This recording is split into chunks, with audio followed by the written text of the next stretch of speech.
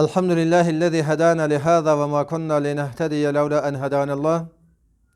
أما بعد، قال الله عز وجل في القرآن الكريم: فقلت استغفروا ربكم إنه كان غفارا يرسل السماء عليكم مدرارا ويمددكم بأموال وبنين. وقال رسول الله صلى الله عليه وسلم: من لزم الاستغفار جعل الله من كل هم فرجا ومن كل ضيق مخرجا ويرزقه من حيث لا يحتسب. الله سبحانه وتعالى په سورة نوح کې فرمایي چې فقلت استغفروا ربکم انه کان غفارا. نوح علیه السلام خپل قوم ته وایي چې تاسو د الله نه بخښنه طلب کوئ، استغفار ووایئ، استغفر الله واتوب الیه. په د استغفار ویلو کې الله سبحانه وتعالی ډېر خیر اچولی ده. یرسل السماء علیکم مدرارا، څوک چې استغفار ډېر وایي الله سبحانه وتعالی هغه ته بارانونه د رحمت لیږي. بارانونه له اسمان نه کته راځي او ځمکه شنه کیږي او اقتصادي لحاظه د مسلمانانو مشکلات حل کیږي. نو کله چې اقتصادي لحاظه یو مسلمان مشکل حل شو، نو اکثرا مشکلات د انسانانو په ژوند کې د اقتصادي مشکلات منځته راځي او سرقه موږ دا مشکلات حل کو د استغفار په واسطه. فقلت استغفروا ربکم انه کان غفارا، ګناهونه په دې باندې بخښل کیږي او په د استغفار په واسطه کې الله سبحانه وتعالی بارانونه لیږي. يرسل السماء عليكم مدرارا ويمددكم بأموال وبنين، او الله سبحانه وتعالی تاسو ته کومک کوي د استغفار په واسطه د تاسو مال ډیریږي او د تاسو اولادونه ډیریږي.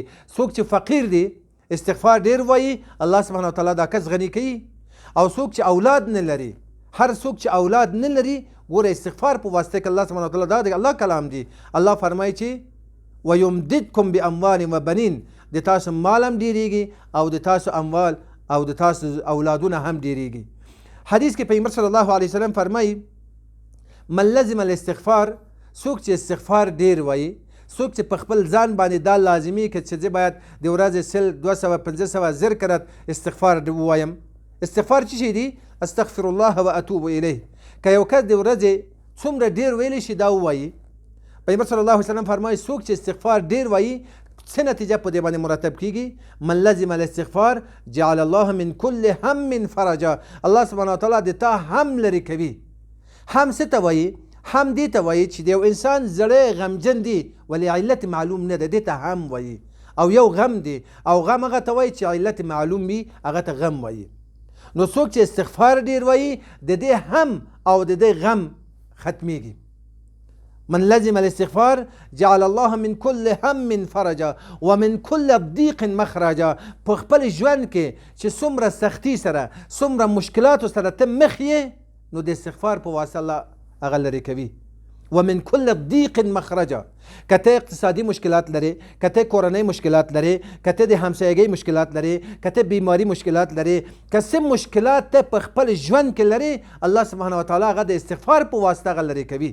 ومن كل ضيق مخرجا ويرزقه من حيث لا يحتسب، او د داسې یو لارې نه الله سبحانه وتعالی تا ته روزي درکوي چې ته اصلا باور دې نه کېږي او ګمان دې نه کېږي. نو انسان باید په الله باندې اعتماد وکړي. ګورې دا د الله کلام دی او دا د رسول الله صلی الله علیه وسلم خبره ده چې مونږ او تاسو ته وایي چې استغفار ډېر ووایئ.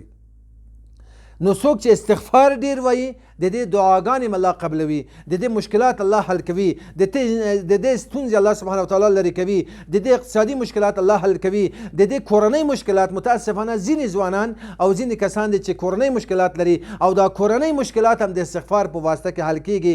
په یو کتاب دی د استغفار فواید، په هغه کې دا یو موضوع یو داستان نقل کړی ده. یوه ښځه راځي یوه استاذ ته راځي او د خپل ژوند شکایت کوي، د خپل میړې نه شکایت کوي چې هغه قمارباز ده، هغه شرابي ده، هغه فاسد ده، هغه کور ته توجه نه لري.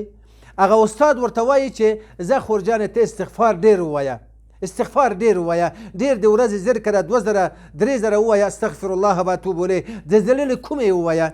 6 میاشتې وروسته همدغه ښځه دغه استاذ ته راځي او استاذ ته سلام کوي او بیا ورته وایي چې استاد ما دې وپېژندې؟ وایي نه ته څوک یې؟ وایي زه هم هغه کس یم چې 6 میاشتې مخکې دلته راغلی وم، د خپل ژوند مشکلات مې تا سره شریک او ته راته وویل چې استغفار ډېر ووایه. هغه خبره ما د تا ومنل او په خپل ژوند کې مې دومره ښې راغلی ده، دومره صفایي راغلی ده او میړه مې ډېر ښه سړی شوی ده او د مونږ الحمدلله ټول مشکلات حل شو. د څه شي په واسطه؟ د استغفار په واسطه. اوس مونږ او تاسو باید دا کوشش وکړو چې استغفار ډیر وایو او دغه ویډیو نورو ته واستوئ چې څومره کسان د دغه ویډیو په واسطه دا استغفار وایي ثواب یې تا ته رسیږي او دغه چینلونه د مونږ سبسکرایب کړئ چې تاسو ته الله اجر درکړي او دغه اجر او دا خیر نورو ته واستوئ. الله سبحانه وتعالی مونږ او تاسو ته د دین په عمل کولو باندې توفیق را نصیب کړي. والسلام علیکم ورحمة الله تعالی وبرکاته.